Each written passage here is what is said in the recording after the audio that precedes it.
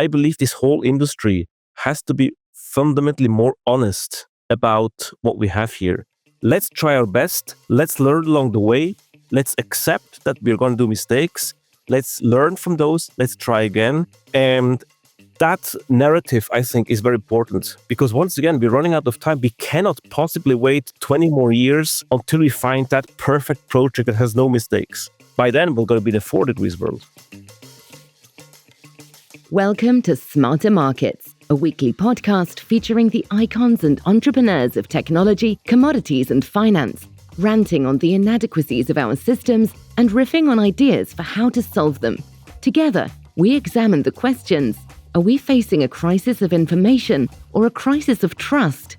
And will building smarter markets be the antidote?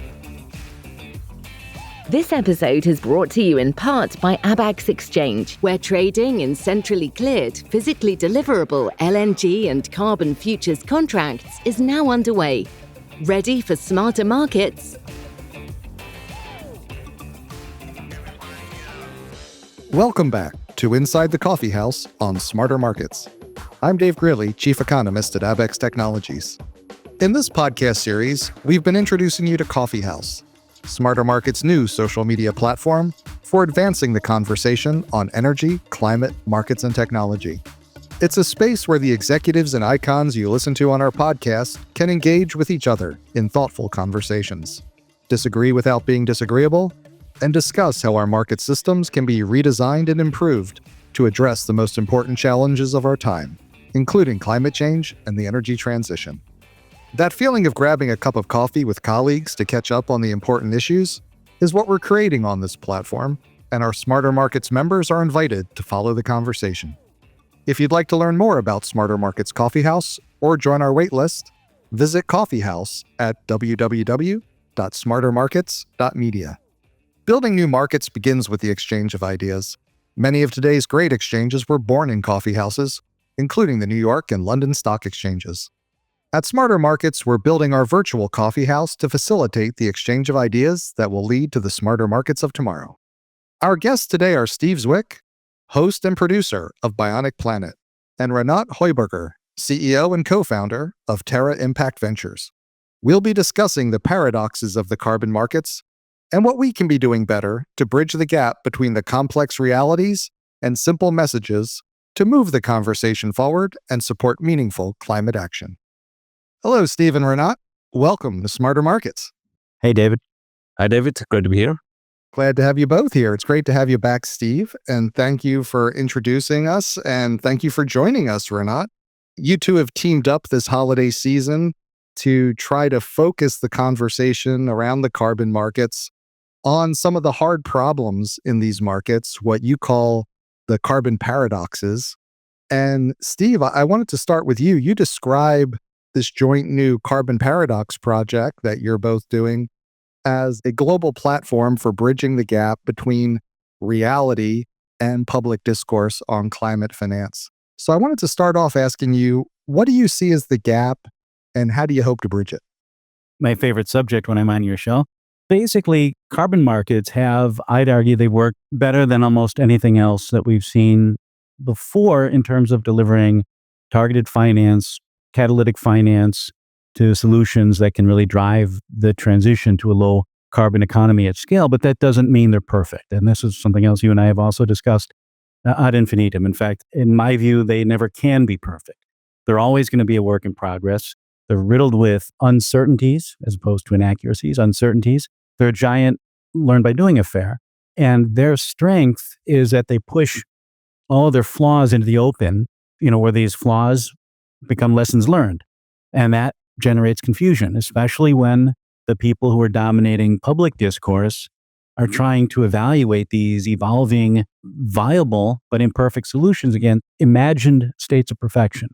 And people who are proponents of the markets, I think they seem to fear the mainstream, the legitimate debate is opening a can of worms. So what they've tended to do is respond with these simplistic answers, or you try to wrap everything up in a nice, neat bow, or they'll say, we got it wrong there, but now it's perfect. Everything's going to get better. Everything's going to be great. And, that's not really the answer, because there's always going to be there are certain elements, certain risks and uncertainties that underpin all of these solutions that are always going to be there.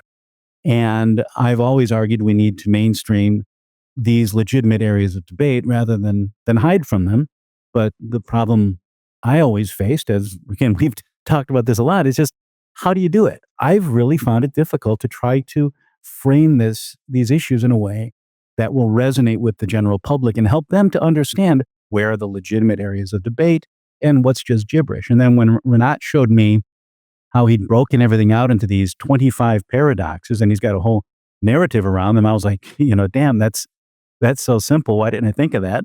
I felt like every challenge to communicating this was laid out in all of these paradoxes. So I just jumped at the chance to work with them on it. That's a great time to turn to you, Renat. I was curious, why this project and why now? Adding on to what Steve just said, I'm a climate scientist and I studied in the late 90s. So I'm talking about the time when the Kyoto Protocol got established. Now, fast forward to 2024, we have spent 25 years worth of thinking about climate change, thinking about climate action. In the meantime, we have invented the iPhone, we have invented AI, we put rockets on Mars, and we're still having the same debate exactly as we had 25 years ago. Look, I mean, you know this better than me, but we are running out of time. 2024 has been another record-breaking year in terms of climate extremes. Carbon emissions are still climbing. We are not getting it right. And carbon credits, carbon markets have so far been the only instrument, the only financial instrument, which has at least reached a little bit of scale. I'm not saying at scale at all. It's still tiny. It's ridiculously small.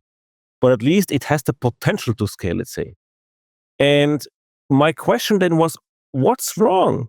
What's going wrong? Why doesn't it scale? And what are we getting wrong? And I thought about that for quite a while this summer. And I started realizing that the fundamental problem of carbon credits actually lies in quite an astonishing number of inherent paradoxes. And when I say paradox, I mean things that essentially have no answer. And you can argue both sides of the story. You can absolutely create a massive big news story on the one argument, and you can create a big news story on the other side of the argument. And when I realized that I found some of those, I started digging deeper. I talked to a lot of people in the industry, in the market, and in the end, we came up with no less than 26 paradoxes. We had to shorten it to 24 for the Christmas calendar, but here we are. And the idea behind it is, of course, to change the way we talk about carbon credits. Steve just mentioned it. People tend to apologize for all the flaws and mistakes and promise to do better next time, more transparency, more integrity. And that's, of course, all great and all needed. We have to learn. But we should not forget that underneath carbon credits are a number of fundamental paradoxes which we just have to accept. And we have to be aware of them so that we are not all the time surprised again when the same conversation opens up again. I've been enjoying the daily carbon paradoxes that you've been putting out so far. It's like my own little advent calendar running up to Christmas here. But I was hoping you could share with our listeners a few examples of some of these paradoxes. One I find most astonishing is the baseline paradox. It's actually very simple. You can only earn carbon credits from, let's say, a forest if there has been deforestation before. If there hasn't been any deforestation, you have no baseline. And if you have no baseline, you don't get carbon credits. That leads to a fundamental paradox, which is only if you behaved badly in the past can you earn something. If you did not behave badly, if you protected your forests, you don't earn carbon credits. Now, it's a paradox because, of course, when we talk about carbon, we want additionality. We want to make sure that those credits are invested in avoided deforestation or in tree planting. We don't want the money just to go to places where nothing happened. But the paradox, nonetheless, is here that essentially you only get money if your behavior was bad in the past. And you can imagine I could write article after article about that situation, how unfair that is. Another one I personally like a lot, it's very controversial, is the so-called control paradox. It's still coming. It's still upcoming in a few days from now. The question is this: if you're a buyer of carbon credits, yes or no, should you control where exactly the money goes? If your answer is yes, absolutely, it's important because I want to avoid corruption, I want to avoid wrongdoing, the counter argument is, well, you are a neo-colonialist. Who are you as a, let's say, a person from the global north to tell the entrepreneur in the global south what to do with the money? But if your answer is, I don't need to control everything, you are criticized for exactly supporting potentially bad behavior, perhaps corruption. So the problem with the control paradox is, no matter whether you control or you don't control the use of funds, in both situations, you can get criticized. And so there's 22 more that are similar in shape. You can argue this side or the other side. In both situations, you can get criticized. And that is, to sum up once again, that is just a huge source of potential points of criticisms. And now we come to the most fundamental paradox, which is underpinning all of them. I call it the ethics paradox. And the question there is carbon a good thing at all? Is it ethically correct to use capitalism to solve a problem, the climate problem? And there, of course, you have a lot of groups, NGOs, who say absolutely fundamentally no. It is unethical. Capitalism destroyed the planet. You cannot use capitalism to fix it now. And because of the other paradoxes, those groups tend to argue their story by showcasing all the flaws in carbon. And this is why the conversation is spinning and spinning and spinning, and has been spinning for the past 25 years. I really appreciate how you're able to put this so succinctly, right? Because there's been no lack of ink spilled writing about carbon markets over the past 25 years. But I think being able to draw it down in these bite-sized pieces that really kind of points out where the fault line is between people who are supportive and people who are critical on these issues, it just really helps to create a balanced conversation around it where we can understand why we disagree and hopefully move beyond it. But I want to ask you, Steve, because you've been working hard to try to create a different conversation around these types of issues. And I'm curious, what kind of engagement are you trying to create with this project? For me, it's diphasic. You actually have to give Renat credit for coming up with the whole project idea. But the first phase that we're in now, when we're rolling out a paradox a day, is really just to throw them out into the community of people who've already thought about this, for whom it's all going to be familiar. I don't think anybody who looks at these on LinkedIn and has done any kind of work is going to go, oh, I never heard of that before. But they're going to start to see, oh, wow, yeah, I see what they're doing. They're bringing these out individually, distinctly, putting them into context. Then the next phase is when it really ramps up and reaches out to people for whom this is totally new. And in that phase, there is a book that we're putting together. Renat has come up with the draft, and it's actually pretty ingenious. It's a fictionalized account of three naive young kids who get involved in the carbon markets. And they come in thinking they're going to save the world, get involved in trying to meet the climate challenge. And along the way, they start to develop a carbon project, and they encounter each of these paradoxes along the way. And in that kind of a context, it really is super clear. So anybody who comes into this has never heard of it before or has only seen, say, certain parts of the debate that that we think are the false ones. They're going to read this and they're going to go, oh, okay, now I get it. Now I see what the challenges are, and I understand why things work the way they do. Because that's the other thing too, is these paradoxes are inherent. None of them are hidden, and they are inherent to the way the markets have evolved. The markets have evolved explicitly because these paradoxes exist, and they're trying to address them. And I think people will see that. So that's essentially from my end, that's the engagement.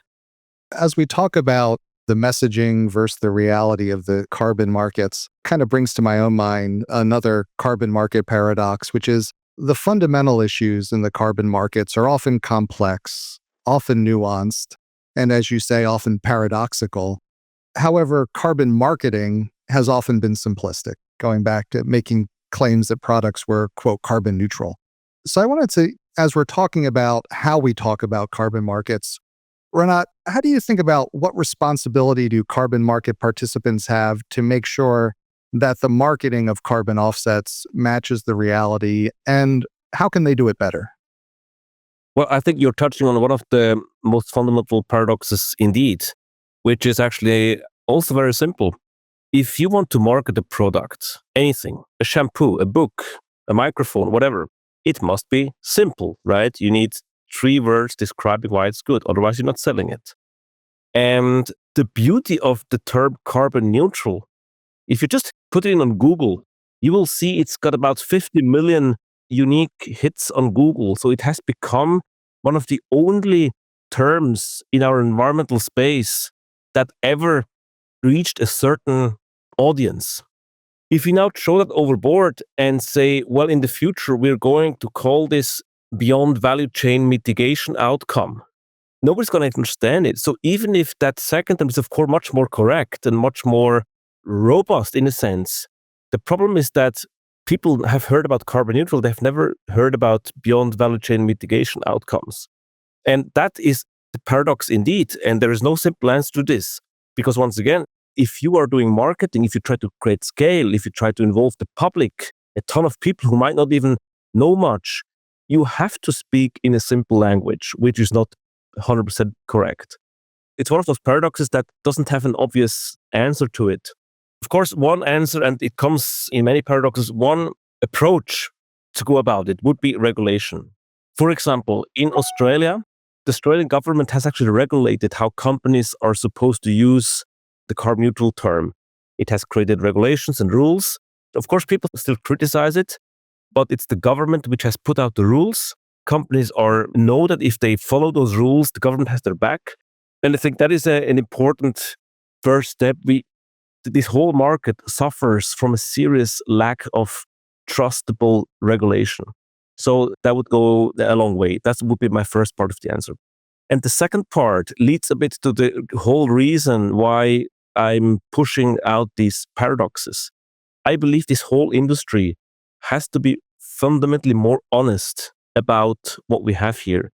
And my guiding star here is, you know how Patagonia does the marketing, right?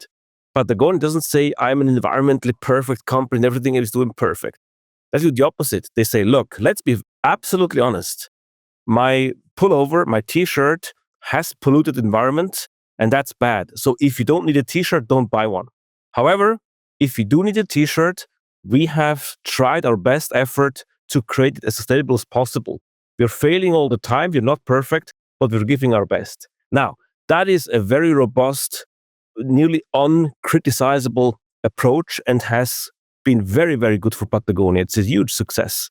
And I think that Patagonia example should be applied also in our carbon industry, where we say, look, let me be very frank with you, David. This carbon credit comes from a project which has risks. Things go wrong on the ground. Things go wrong all the time. And there's problems everywhere. But having said that, I still do the project and I hope you'll join me, because doing nothing cannot be an alternative. Let's try our best. Let's learn along the way. Let's accept that we're going to do mistakes. Let's learn from those. Let's try again. And that narrative, I think, is very important, because once again, we're running out of time. We cannot possibly wait 20 more years until we find that perfect project that has no mistakes. By then, we're going to be in a 4 degrees world. I'm glad you brought up that approach, because one of the gaps that I often see in the discourse is that people can look at a particular carbon project, even one that they might be very critical of, and say, it did a lot of good. Like, it preserved a forest, an ecosystem, supported a community. At the same time, they can be upset that it didn't offset the carbon released by other activities. And that's a gap I wanted to ask you about, Steve, because I think when I talk to people on the project development side, it's all about the carbon finance being so important. And then on the other side, it's arguments about the demand piece. Like, did it really offset? So how do we engage with that gap? Is it an approach like Renat has suggested, that we just need to reframe the language about exactly what we're doing, but still make it intelligible and accessible? I'd argue a couple of things there. One is, I think we need to explain the language that we have used, because right now there's this trend towards rephrasing, changing. I think from my perspective, what we're trying to do is to go one step back from what the debate should be and to help to frame it. Because I think if we sit here and we can have this conversation about, should we call it an offset? Should we call it beyond value chain mitigation? What should we call it? We're immediately going out of where the public is. From my perspective, at least, emphasizing the reasoning behind these concepts and these ideas and helping people understand why we think the way we do is a step in that direction. When you start talking about offsetting, some of the people are always going to say, oh, it's not like for like, it's a forest, it's not permanent. There are reasons that people are going to bring up, but we address that in some of the paradoxes so people can understand the nature of the debate. Renat, did you have anything to add to that? No, I think that's exactly right. What we've tried to do really, David, here in the paradoxes, we have tried to compile more or less every thinkable argument that anybody has brought up in favor or against carbon credits. Because honestly, a lot of these arguments are justified. I mean, I personally have my doubt as well. Is it ethical to use capitalism for solving a problem? I have a lot of understanding for many of the counter arguments. Or for example, that offsetting fossil fuel emissions with tree planting is questionable. I understand this argument, absolutely understand it. So our ambition was to not only, and that's perhaps what our industry got wrong, our industry was constantly defending itself. We were fighting those arguments and said, it's not true or whatever, or you're getting it wrong. And I think that's the wrong approach. A lot of these arguments are actually absolutely justified. Our ambition was to have a platform where all arguments are on the table in favor and against offsetting, so that we can have a look at both and say, look, there are two sides of the coin. At the end of the day, the question that we have is, should we now do something or should we do nothing? Understanding all those issues, being fully aware of all the paradoxes, being fully aware and mindful of all the problems, should we still go ahead with the projects or should we not? I think that's what it boils down to. But there is no point in trying to fight all those arguments because, frankly, a lot of them are absolutely justified. I read comments by Carbon Market Watch. I read comments by, just now we had this big debate at ICVCM where two of the board members dropped out, as you may have seen. And they have good arguments for quitting. And there's also good arguments for staying. I think the important point is that we're honest that these controversies exist. We have a platform where it's totally transparently laid out there. And then we decide, should we now still go ahead with the project or should we not? But just debating the same arguments over and over again is just not leading anywhere. I'm glad to have you here because, as you said, you come at this with the mindset of a climate scientist. I'm an economist by training. So when I look at a number of these carbon paradoxes, I see a lot of hard problems that I see as incentive problems more than scientific problems. And they're incentive problems that are unfamiliar. Like we've seen versions of these in other markets, not just carbon markets. Now, Steve and I have had a conversation in the past about problems at validation and verification bodies, and kind of not dissimilar to what we saw with credit rating agencies in the housing market and the mortgage-backed security market leading to the financial crisis. And when I hear people talk about problems with assessing whether or not a carbon project was additional, the baseline paradox, it kind of reminds me of problems that you see in financial markets with how do you benchmark an asset manager's performance and are they adding value or not? So like these problems are we've wrestled is part of the circularity that we keep wanting it to be a scientific problem and that we'll have a scientific answer. Like if we just get better MRV or this or that or whatever, there will be an answer that is the truth. And what we're really wrestling with is more, just human incentives and trying to balance kind of competing values. So it's a long way of asking, I guess, Renat, would we be better off spending our time focusing on these incentive problems rather than the scientific ones in our efforts to resolve these paradoxes? I think you're raising, again, one of the most fundamental points of the entire debate. Why is it that these paradoxes and these conversations are rolling around carbon markets, which are tiny, but they're not affecting anything like copper or steel or palm oil? It doesn't really affect those markets. And interestingly enough, by the way, if you look at the European ETS, which is a much bigger carbon market, it's not controversial. I mean, it has been criticized at the beginning when it was established, but the European Union has decided to rescue it. And now for the past, I would say, decade, it has been relatively boring, right? It's just there. Why is that? And I think the reason is that the European ETS is mandatory. It's not voluntary. It is managed by the government.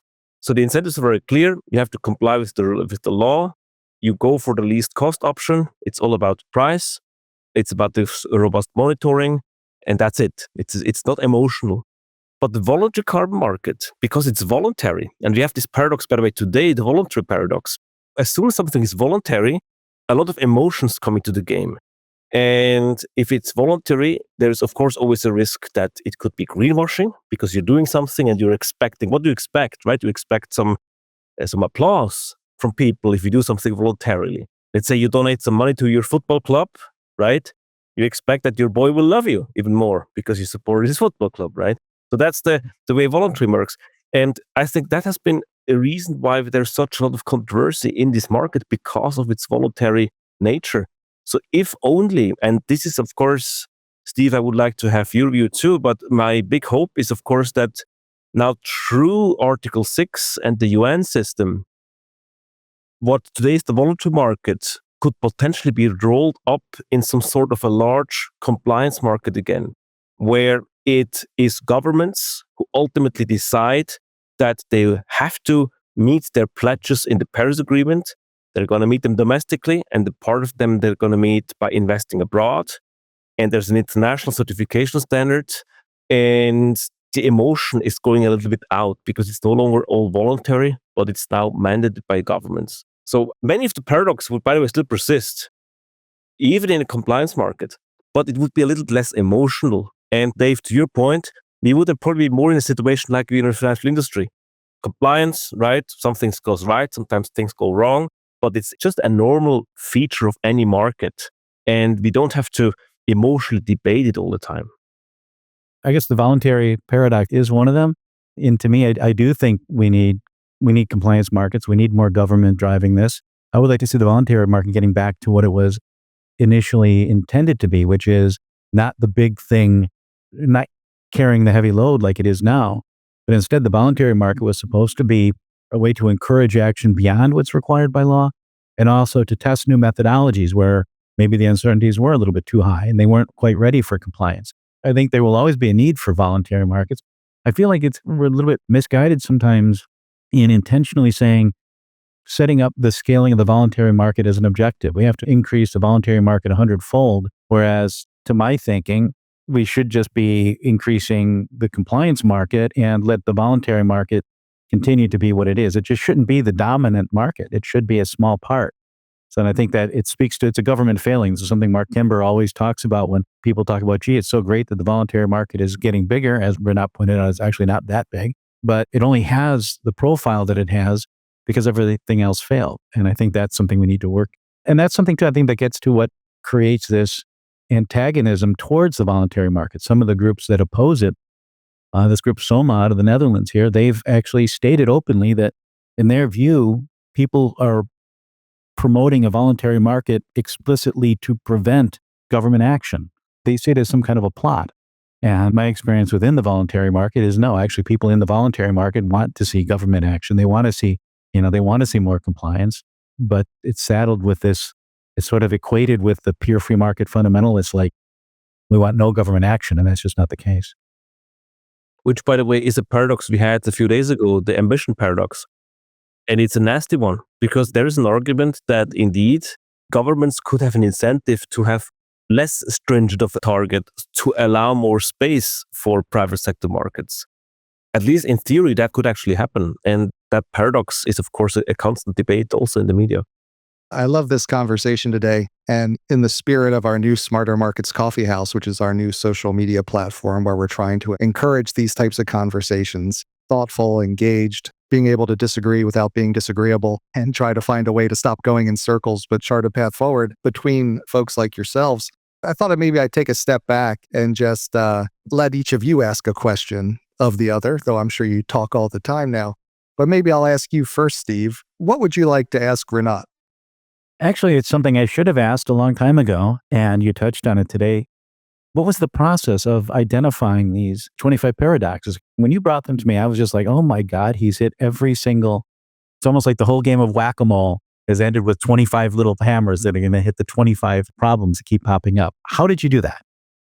So it was in spring this year when I started really reflecting more deeply to the question, what happened in 2023? When a market was for the first time, keep in mind the market was growing in the Kyoto time, then it collapsed. It was going sideways for long.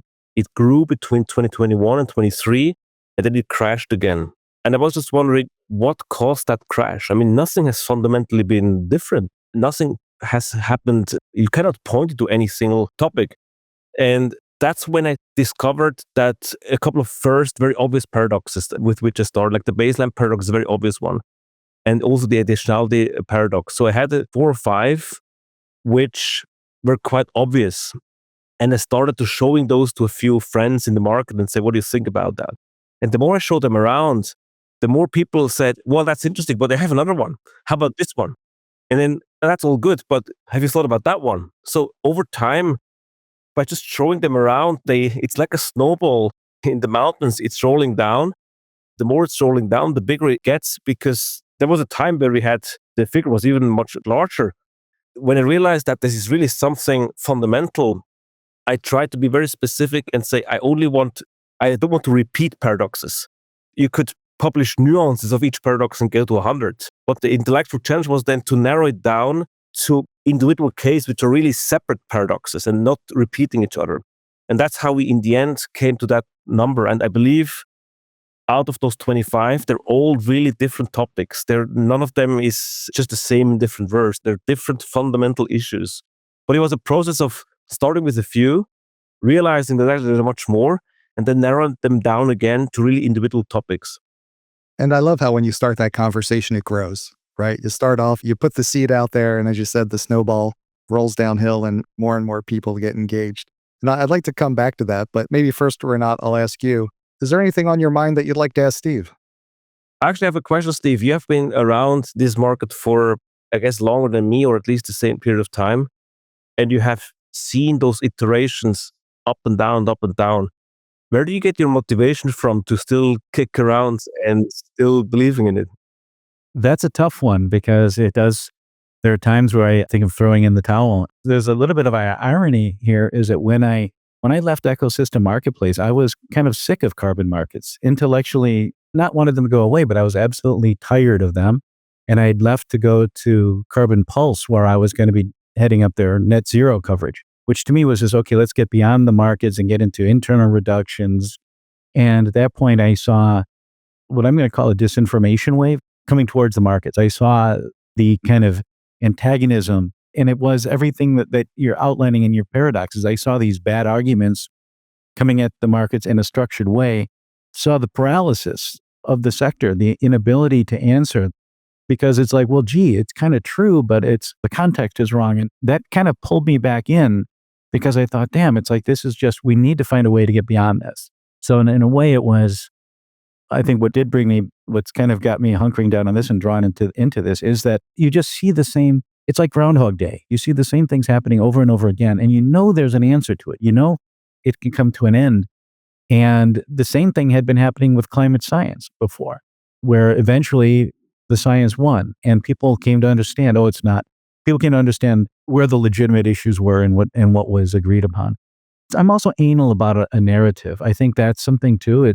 Even if something isn't important, if I know that there's a cause-effect sequence that's being misrepresented or distorted, it's just a weird quirk in my psychology that I need to say, no, this is what happened. I'm telling you, this is what happened. That would be the gist of what's keeping me in it. It does get tiring. It gets very tiring. Steve, I don't know how you see the topic in the US, but also increasingly in Europe, of course, is this absolute crazy polarization of opinions.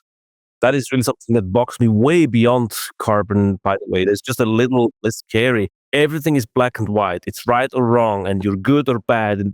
But people have lost their ability to think in nuances. It has come out of fashion. And I think that's why on purpose with these paradoxes, we chose a very, academic way. If you look at our website, it couldn't be more boring, right? Not a single picture on it, no colors, just black and white and text. So we're really trying to be a bit contrarian here and say, look, this is the website which on purpose does not put an answer in front of you, but creates a platform for an open debate with a lot of shades of gray in between. With this, I think we are totally against the trend, Steve. Completely out of fashion we are. But I believe that the people who are pragmatic in the middle of the argument, and we have that paradox as well, by the way, the ideologist paradox, going to come in a few days. You will like that one, Dave. It's another fundamental one. I think if we succumb to ideologies from the right and from the left, and we don't have a pragmatic, nuanced approach in the middle, we're doomed to fail. And I hope, even if that's completely out of fashion what we're doing here, it hopefully attracts some people to at least dare again to be nuanced without getting afraid of having their head chopped off. I had people who reacted and said, "Ren, I'm glad you do that, because that argument you cannot openly make as a market participant these days, because your head is going to get chopped off immediately from the right and from the left." So I hope that we are encouraging perhaps also some of the listeners here in the show to be bold and brave and say, I have a nuanced view, a pragmatic view, which incorporates both sides of the argument. I'm not taking sides. I see both arguments. I hope that more people are brave again to do that. And I think you might have just answered my last question for you, in that what I was thinking about was, we're heading into the holidays. It's a season of hope for the new year. And I wanted to ask you both the same question, which is, what are your hopes for your carbon paradox project? How do you hope it changes the discourse in and around markets? And how do you hope it makes carbon markets better? And I think Renat gave a great answer to that in a way, but maybe I'll turn to you, Steve, and ask you the same thing. Pick up on or reiterate what Renat said. And it kind of goes back to something I said on a previous episode. We need to raise the level of public discourse. And I think the analogy I used last time was, if you look at the public discourse around sports, US would be American football. And I'm sure in Netherlands, it's probably soccer or, whatever sport. People in the general public have a relatively sophisticated discussion on who's the best, who's, what's causing this, because there's a level of understanding. They understand the basic rules. The main thing is to push the legitimate areas of discussion out there so that these, what I can only call silly debates, don't keep distracting us, because that's 90% of what makes the headlines. I'm trying not to be too specific, but there was one big one where there was a paper that came out a few years ago. It used a very rudimentary modeling method, and that modeling method diverged from project baselines. Instead of saying, oh, look, here's an interesting anomaly, what does this mean? It became, look, this is a magical crystal ball.